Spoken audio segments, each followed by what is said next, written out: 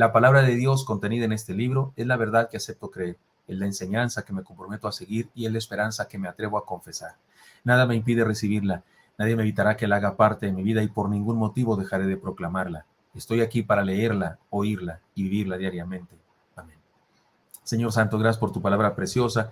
Hoy la abrimos, Señor, y que te pedimos que nos bendigas, que hagas de nosotros la iglesia de tus sueños, una iglesia compuesta por creyentes fortalecidos. Bendícenos, por favor, lo pedimos en Cristo Jesús. Amén. Amén. En realidad la serie completa se llama así, La Iglesia de los Sueños de Jesús, pero usted y yo sabemos que hemos tenido diferentes etapas de esta serie, diferentes secciones, y ahora estamos en una parte que se llama Una iglesia con seres humanos fortalecidos, o bien decimos fortalecidos, para sintetizar la serie en esa palabra. Por lo demás, hermanos míos, dice el apóstol Pablo en Efesios 6, porque la serie está basada en la carta del apóstol Pablo a las iglesias de Asia Menor, llamada la iglesia a los Efesios. Y ahí dice Pablo en Efesios 6:10, por lo demás, hermanos míos, fortaleceos en el Señor y en el poder de su fuerza. Esta es la idea central, digámoslo así, de esta sección de la serie. Y como el miércoles pasado, yo no prediqué, necesito que nos pongamos otra vez en sintonía con el tema que llevamos, ¿de acuerdo? Estamos estudiando la armadura de Dios que se menciona en el apóstol Pablo. Y déjenme introducirme de la misma manera que lo hice la semana pasada, para ponernos en contexto. ¿Se acuerdan que les conté que una persona que asistió a nuestra iglesia escuchó la oración pastoral que hago al final de los cultos y sorprendió mucho de la súplica que yo hago al final de los cultos? En todos los casos siempre oro, digo que ninguno de este rebaño se ha secuestrado ni herido de muerte por la delincuencia.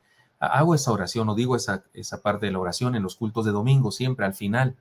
A la persona le pareció que mi oración, entre otras cosas, expresaba la situación tan terrible que vivimos en relación a la inseguridad. Y cuando me lo hizo ver, yo pensé, y eso que no ha escuchado mis oraciones que hago cuando estoy a solas con el Señor, y eso que no me ha escuchado orar cuando derramo mi alma en el Señor y pido por mi familia y por todos ustedes, hermanos, y pido por la seguridad de todos nosotros.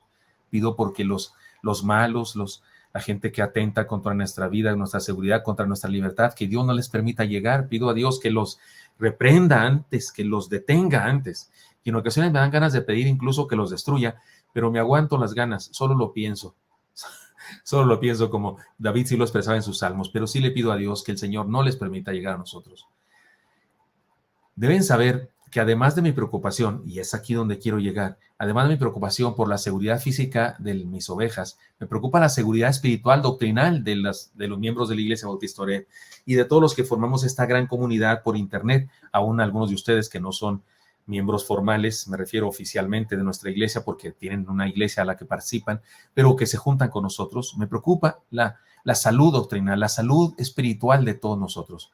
Suplico al Señor que las tribulaciones, pruebas, dificultades y carencias no solo no nos derroten, sino que nos fortalezcan, no solo que no nos tumben, sino que al contrario nos hagan más fuertes y nos hagan hasta de pie. Ruego al Señor que nos mantengamos unidos como familia y unidos a su iglesia para permanecer protegidos, porque no se puede vivir protegidos fuera de la iglesia. Querido joven, querida señorita, querido papá, mamá, que de repente te has alejado del Señor o te has alejado de su iglesia, por lo que sea, por chismes, por diferentes circunstancias, por lo que quieras, por, como dije el domingo, por un desplante, porque no me saludó el pastor, porque el pastor no sabes, o por el hermano diácono, el hermano fulano de tal que me hizo, no sabes lo que trae el hermano en su carga, no sabes todas las cosas que trae, no sabes sus penas que también él o ella tiene, y no puedes juzgarlo por un detalle, porque no te vio, porque pasó de largo, qué sé yo.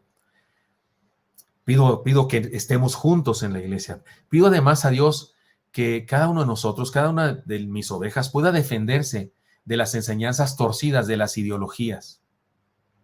Intercedo para que no caigan en las falsas doctrinas, falso evangelio de la prosperidad, falsas doctrinas como el pensamiento positivo, las declaraciones, las cancelaciones de maldiciones generacionales, unciones, mesianismo, legalismo, espiritualismo, etcétera, todo lo cual no está en la Biblia en el sentido de enseñanza de Dios, está en la Biblia en el sentido de herejía que Dios quiere que combatamos. En ese sentido sí están algunas de estas cosas en la Biblia, pero no como enseñanzas que debemos vivir, sino como enseñanzas que debemos rechazar. Pido que nos mantengamos en la sana doctrina. Pido que vivamos a plenitud del cristianismo y experimentemos la plenitud y el contentamiento. La vez pasada lo expresé en segunda persona, pido que ustedes esto y esto, pero ahora lo estoy diciendo en primera persona para ubicarme, y también pido eso para mí y para mi familia. Pues bien, como ya dijimos, Dios desde hace muchos años inspiró al apóstol Pablo para que hablara de algo que precisamente puede responder estas oraciones de un pastor. Puede responder estas oraciones como el apóstol Pablo, porque el apóstol Pablo en su carta, en esta carta que estamos estudiando, él al principio hizo oración, manifestó sus oraciones y lo que pedía a Dios para los hermanos de Asia Menor y de Éfeso, por supuesto, pero también les dio consejos para que esas oraciones que él hacía se pudieran realizar, porque en ocasiones no es que Dios necesite ayuda de nosotros, pero en ocasiones la respuesta de Dios es precisamente que nos fortalezcamos y que superemos esas pruebas. Por eso el apóstol nos habló del verdadero fortalecimiento. El día de hoy se habla del empoderamiento, pues el Señor nos habló del verdadero fortalecimiento. Dice, fortaleceos en el Señor y en el poder de su fuerza. Y esto nos habla de fortalecernos en el Señor con el poder que viene de su fuerza, no de nosotros. No está hablando de que nosotros seamos muy fuertes por nuestra propia fuerza, sino que nos fortalezcamos por la fuerza que viene de Él. Esta entonces es nuestra serie, una iglesia con seres humanos fortalecidos. Ahora, para que entendamos bien de qué estamos hablando, el apóstol Pablo en este pasaje a los Efesios capítulo 6, en los antecedentes de la armadura, antes de hablar de la armadura, nos habla de el día malo, que podemos resistir en el día malo. Estoy hablando de los puntos que habla Pablo ahí, de atrás para adelante. Él nos habla de hay días malos, y según descubrimos la vez pasada que estudiamos este pasaje, dijimos todos los días pueden ser el día malo de nuestra vida. Pero él dice que podemos resistir y para eso debemos estar firmes, porque a veces dice Pablo, para que estéis firmes y podáis resistir en el día malo. Yo lo puse en el orden diferente para que lo entendamos bien, porque en el día malo, en el día de lucha, de tentación, podemos resistir y para lograrlo debemos estar firmes. Y es esta palabrita, firmes, que nos está sirviendo como bosquejo para estudiar el día de hoy eso de ser fortalecidos. Firmes, porque estar firmes tiene que ver con estar fortalecidos, hacer frente al enemigo, porque tiene que ver con una firmeza que está basada en Dios. Hemos aprendido que podemos ganar la batalla porque Él sabe que estamos en lucha, porque Él pelea por nosotros, porque ningún enemigo es más fuerte que nuestro Señor. Y estamos respondiendo entonces a la pregunta, ¿cómo nos fortalecemos? Así es que vamos a la palabra y encontremos respuesta. Dice la palabra en Efesios capítulo 6, versículos 14 al 17. Se los leo. Estad pues firmes. Así comienza la descripción de la armadura de Dios. Comienza diciendo, estad pues firmes, ceñidos vuestros lomos con la verdad y vestidos con la coraza de justicia y calzados los pies con el apresto del evangelio de la paz. Sobre todo, tomad el escudo de la fe con que podáis apagar todos los dardos de fuego del maligno y tomad el yelmo de la salvación y la espada del Espíritu, que es la palabra de Dios. Efesios 6, 14 a 17. Está claro, hermanos míos, que en Cristo somos más que vencedores y podemos vivir como tales por medio de la armadura de Dios. Para eso es esta a la que Pablo llama la armadura de Dios. No perdamos de vista eso. El texto no dice ponte tu armadura. No dice así. Habla de la armadura de Dios. No de la armadura nuestra, sino es la armadura de Dios. Así leímos ya estudiamos ese pasaje.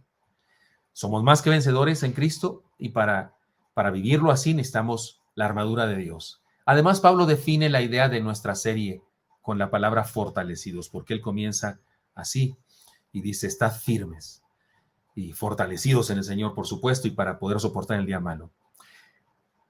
Con una palabra al inicio de la descripción de lo que nos hace fuertes, el apóstol Pablo dice, estad pues firmes. Después de ello nos va diciendo todas y cada una de estas fortalezas para estar firmes. Y ya hemos analizado una de ellas. La primera le llamamos fundados en la verdad de la gracia de Dios y estamos haciendo un acróstico de la palabra firmes y la letra F nos dice fundados en la verdad de la gracia de Dios, ceñidos vuestros lomos con la verdad. Aprendimos dos cosas importantes, que debemos vestirnos, ceñirnos con el cinturón de la verdad, pero también Pablo hace alusión a la acción de ceñirnos, la acción de ceñirnos. Ceñir los lomos es una simple acción necesaria que podría pasar inadvertida, sin embargo significa ponerse un cinturón. Por eso la Nueva Versión Internacional traduce esta parte del texto, dice: manténganse firmes, ceñidos con el cinturón de la verdad. No perdamos de vista que no se trata de la armadura del cristiano, sino la armadura de Dios. Desde el principio, el pasaje nos ha hablado de fortalecernos en el Señor y en el poder de su fuerza. Un ser humano no nace con cinto. Un niño recién nacido no trae cinto. El cinto hay que ponérselo. Esto tiene mucho que ver con el hecho de que la armadura es de Dios, no nuestra. Así es que no podemos concluir, estoy haciendo solamente un breve resumen de la semana pasada, no podemos concluir ahora que este cinturón de la verdad, se trata de que nosotros somos veraces, que nosotros siempre decimos la verdad, sino también se trata de algo que Dios hace en nosotros. Así que la discusión respecto a si la verdad que aquí se menciona, el cinturón de la verdad, es de Dios o es nuestra, no tiene por qué estar en contradicción. Déjeme decirle algunas razones o recordarle las que mencioné la semana pasada. Ninguno de nosotros podría ser veraz sin la verdad de Dios. Usted y yo no podemos ser veraces en todo lo que decimos sin la verdad de Dios. Si no conocemos la verdad de Dios, mentimos cuando decimos cosas respecto a quién es Dios y qué quiere, porque no conocemos su verdad. Entonces, nuestra veracidad está basada en la verdad de Dios. Así que ceñir vuestros lomos con la verdad es provisión de Dios, no virtud nuestra. No podemos enfrentar al enemigo con la mentira de que nosotros podemos. No podemos enfrentar las huestes espirituales de maldad creyendo la mentira del empoderamiento humano. No podemos vencer a los gobernadores de las tinieblas con declaraciones, unciones, cancelaciones o rituales falsos. No podemos combatir a las potestades y principados con un falso evangelio. No podemos soportar las asechanzas del diablo con sus propias armas. Él es el padre de mentira. No podemos enfrentarlo con mentiras. Si el cinturón de la verdad solo significara nuestra absoluta veracidad, que siempre decimos la verdad, si eso significara el cinturón de la verdad, posiblemente estaríamos perdidos. Porque usted y yo, de unas o de otras maneras, en ocasiones mentimos. Así que si el cinturón solamente significara que somos veraces siempre, entonces estaríamos perdidos. Porque no tendríamos cinturón de la verdad. No tendríamos esa cualidad de jamás decir algo que no sea cierto. No enfrentamos el mal con nuestra perfección, sino con la perfección de Dios. Seamos veraces en nuestra forma de hablar. Seamos honestos digamos sí a lo que es sí y no a lo que es no. Llamemos malo a lo malo y bueno a lo bueno. Digamos la verdad siempre. Actuemos con honestidad. Esto es muy importante. Pero para lograrlo, es necesario creer en la verdad y vivirla. Y eso es mucho más importante que lo anterior. Es necesario creer en la verdad de Dios. No seremos veraces jamás si no nos plantamos en la verdad de Dios, que es Cristo mismo y su palabra. Bueno, lo expliqué la semana pasada. Solamente estoy poniendo esto sobre la plataforma porque después de una semana que tuvimos un tema diferente, excelente, del hermano Elí, pero quería regresarles a este primer paso que vimos de la armadura de Dios, y ahora vamos al segundo. La enseñanza de hoy es esta. Disculpen la más extensa introducción de esta ocasión. Pero vamos a la letra I, de firmes. Y esta es la herramienta o el siguiente elemento de la armadura. Perdón ustedes. Inspirados en la victoria anticipada. El texto dice: y vestidos con la coraza de justicia. Y vestidos con la coraza de justicia. Les cuento, esta parte de la armadura servía para proteger los órganos vitales. Era muy importante esta coraza porque protegía los órganos vitales en una guerra. El corazón, los pulmones. Cubría el cuerpo, la coraza cubría el cuerpo desde el cuello hasta más abajo de la cintura. Y estaba compuesta de dos partes, una delantera y otra trasera. Incluía un asunto de metal y un asunto de piel más abajo, como una faldilla. Y protegía los órganos vitales. Igual que en el anterior elemento, en el del cinturón de la verdad, la cuestión de esta coraza de justicia la cuestión o la controversia es, ¿qué es la coraza de justicia? ¿Se refiere a la justicia que se origina en nosotros, que somos justos, que somos buenos, que somos honestos? ¿O se trata de una justicia imputada por Dios, que nos es dada por Dios? La mayoría de los intérpretes de la Biblia, si es que no todos, interpretan y dicen que se trata de nuestra propia justicia. O sea, aquí Pablo está diciendo, sean justos, vístanse de justicia, sean justos, sean honestos, porque si no, nos van a derrotar. Porque si son unas personas tramposas y mentirosas o deshonestas, hacen injusticias, pues ¿cómo se van a defender del enemigo? Es decir, que la interpretación, que la mayoría interpreta así, en este caso sería la siguiente: debemos ser honestos, debemos portarnos bien, debemos ser intachables, es decir, justos, para protegernos de todos los enemigos que ya estudiamos antes, las huestes espirituales de maldad en regiones celestes y los dardos en todo lo que dice el pasaje antes y después. La lógica de esta interpretación es muy clara. Si nos portamos mal, estamos desprotegidos ante el enemigo y seremos atravesados por sus dardos y espadas. Si yo tengo una discusión teológica con una persona, un vecino, un pariente, y me porto mal, digo groserías, he hecho trampa a mi pariente, le pido cosas y no se las pago, perdón, le he robado dinero, ¿con qué derecho con qué? ¿Cómo me defiendo cuando él me critica y me dice, tu cristianismo no sirve para nada, eres un pésimo cristiano, tu evangelio no sirve, no funciona porque tú eres de lo peor? ¿Cómo le hago? Pues me atraviesa de lado a lado los órganos vitales que trato de proteger con la justicia, pues me los atraviesa, me atraviesa con lanzas, con espadas, con pistola, con lo que me hace papilla. Ahora bien, si dejamos la interpretación hasta ahí, entonces solo hay dos conclusiones. Para ganar la lucha y ponernos la coraza de justicia, pues hay que ser perfectos. Tenemos que ser perfectos. O podemos decir otra cosa, estamos perdidos. Si la coraza de justicia es nuestra propia justicia, estamos perdidos. Sin embargo, no debemos olvidar de quién es esta armadura. Es la armadura de Dios. Yo me resisto a creer como cree la mayoría con respecto a todas las herramientas de la armadura de Dios. Yo no acepto las interpretaciones que hacen la mayoría de los libros que leo. Me resisto porque no la comprendo, no la entiendo en la lógica espiritual de Dios. No entiendo la justicia como mi perfecta justicia. O sea, para enfrentar al enemigo yo debo ser justo, intachable. Si eso es así, entonces quiero decirles, hermanos míos, que mi coraza de justicia no es muy buena. No está muy bien. No estoy muy bien protegido.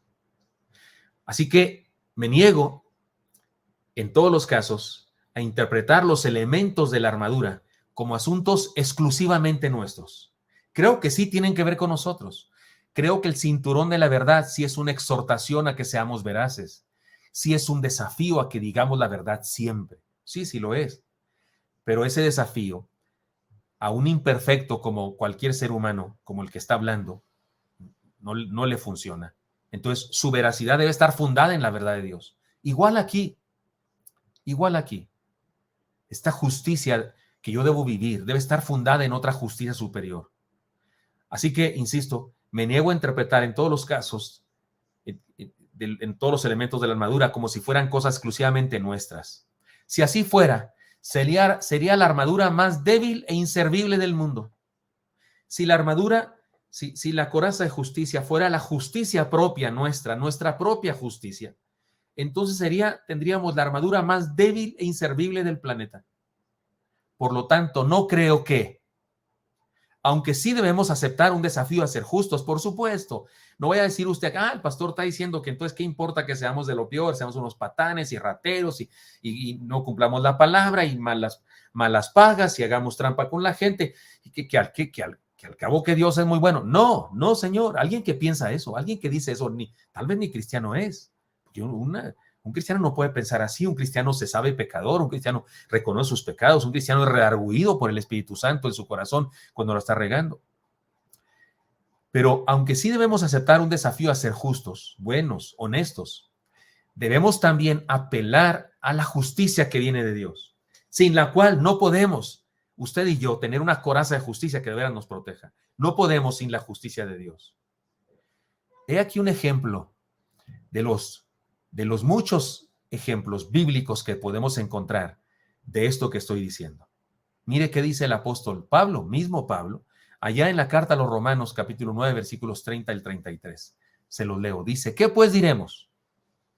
Que los gentiles que no iban tras la justicia han alcanzado la justicia, es decir, la justicia que es por la fe. Mas Israel, que iba tras una ley de justicia, no la alcanzó. ¿Por qué? ¿Por qué? Porque iban tras ella no por fe, sino como por obras de la ley, por su esfuerzo humano. Pues tropezaron en la piedra de tropiezo, como está escrito, he aquí pongo en Sión piedra de tropiezo y roca de caída, y el que creyere en él no será avergonzado. Entonces, los gentiles alcanzamos justicia, aun cuando no la buscábamos porque no éramos del pueblo santo, por la fe. Y los judíos no alcanzaron justicia, aunque creían en la ley de justicia, porque la buscaron por su esfuerzo humano, por sus obras. ¿Puede verlo, lo delicado de esto que está diciendo aquí Pablo? Esto nos lleva a las siguientes enseñanzas. La coraza de justicia se basa en nuestra fe en Dios y su justicia. Yo me esfuerzo por vivir en justicia, por ser justo, por ser honesto, pero lo que me mueve a buscar eso, lo que me mueve a caminar en esa dirección, es que fui justificado por Dios por la fe. Así como dice la palabra también que Abraham, su fe le fue contada por justicia. Es la justicia de Dios, su justicia de Dios, que me mueve a ser mejor persona. No es mi esfuerzo humano, no soy yo que soy muy bueno, que soy muy capaz, tengo una gran fuerza de voluntad y me concentro, tienes que ser justo, tienes que ser justo, Gilberto. No, Señor, no es mi justicia, es su coraza de justicia que me es puesta. Y entonces yo estoy en un proceso de transformación y por eso cada día soy más justo, aunque no he logrado la perfección al respecto.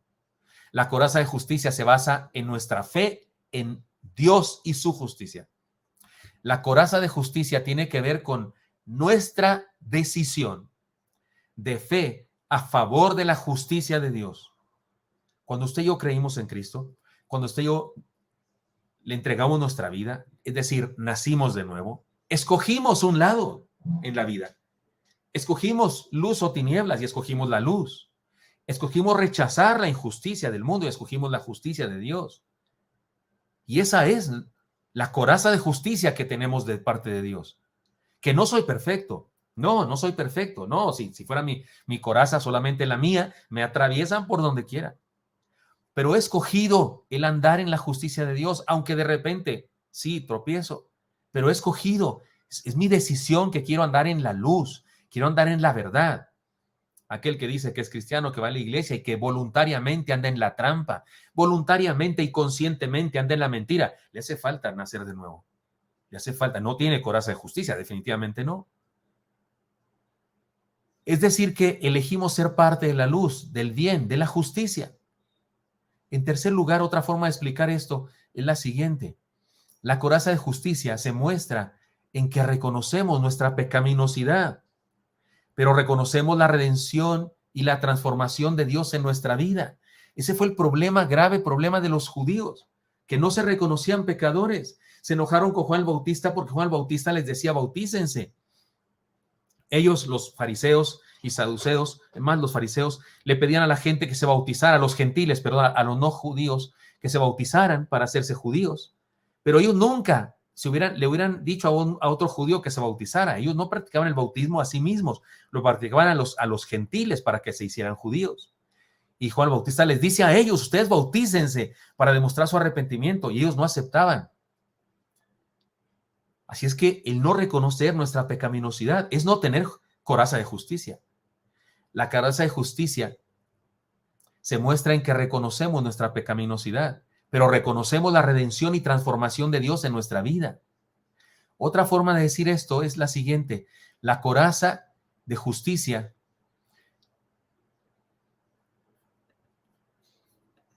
perdón, ustedes, se me atoró aquí mi sermón. Me siguen oyendo, ¿verdad? Déjenme lo saco de nuevo acá. Ahora voy. Perdón ustedes. La coraza de justicia nos permite luchar por una victoria cuyo resultado ya está definido, porque no depende de nosotros, depende de Él.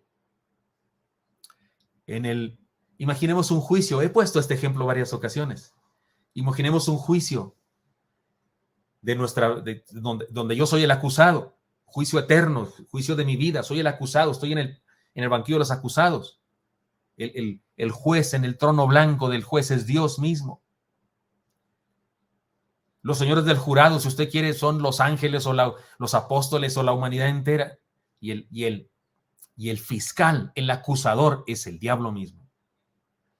¿Y de qué se le acusa a este individuo? Y no, hombre, el diablo se explaya. El diablo agarra unas toneles y toneles no toneles, cajas y cajas, archivos de hojas de todos mis pecados, de toda mi vida. Hizo esto, a los 15 años hizo esto, a los 18 años hizo esto, a los 62, esos tengo, hizo esto.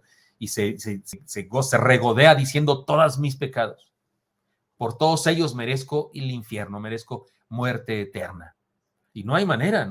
Yo no puedo decir, no hice eso. No, si acaso hubiera una cosa que el diablo está inventando, que no la hice, no, hombre, y todas las demás, que si todo lo que dice es cierto, pues si es el acusador, es experto en conocer mis pecados.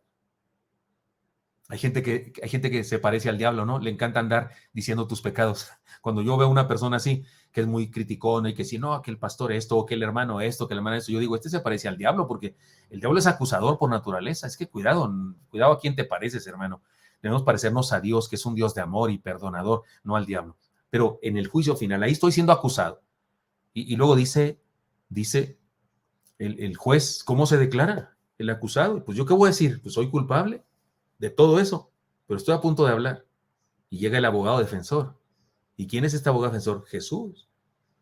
Es Jesús, el abogado defensor. Y él dice, sí, padre, pero los documentos que trae el fiscal, el acusador, son antiguos. Que vayan otra vez al archivo y busquen otra vez el archivo Gilberto Gutiérrez, su vida y su obra, y que lo saquen de nuevo y lo traigan acá, porque ese es antiguo, es caso antiguo. Y van otra vez al archivo de mi vida y sacan o de la suya. Más que no quise sentarlo a usted en el banquillo de los acusados, por eso dije que era mía. Y trae el archivo y resulta que ahora no encuentran nada malo. Nada malo encuentran. Todo lo que dice ahí es bueno.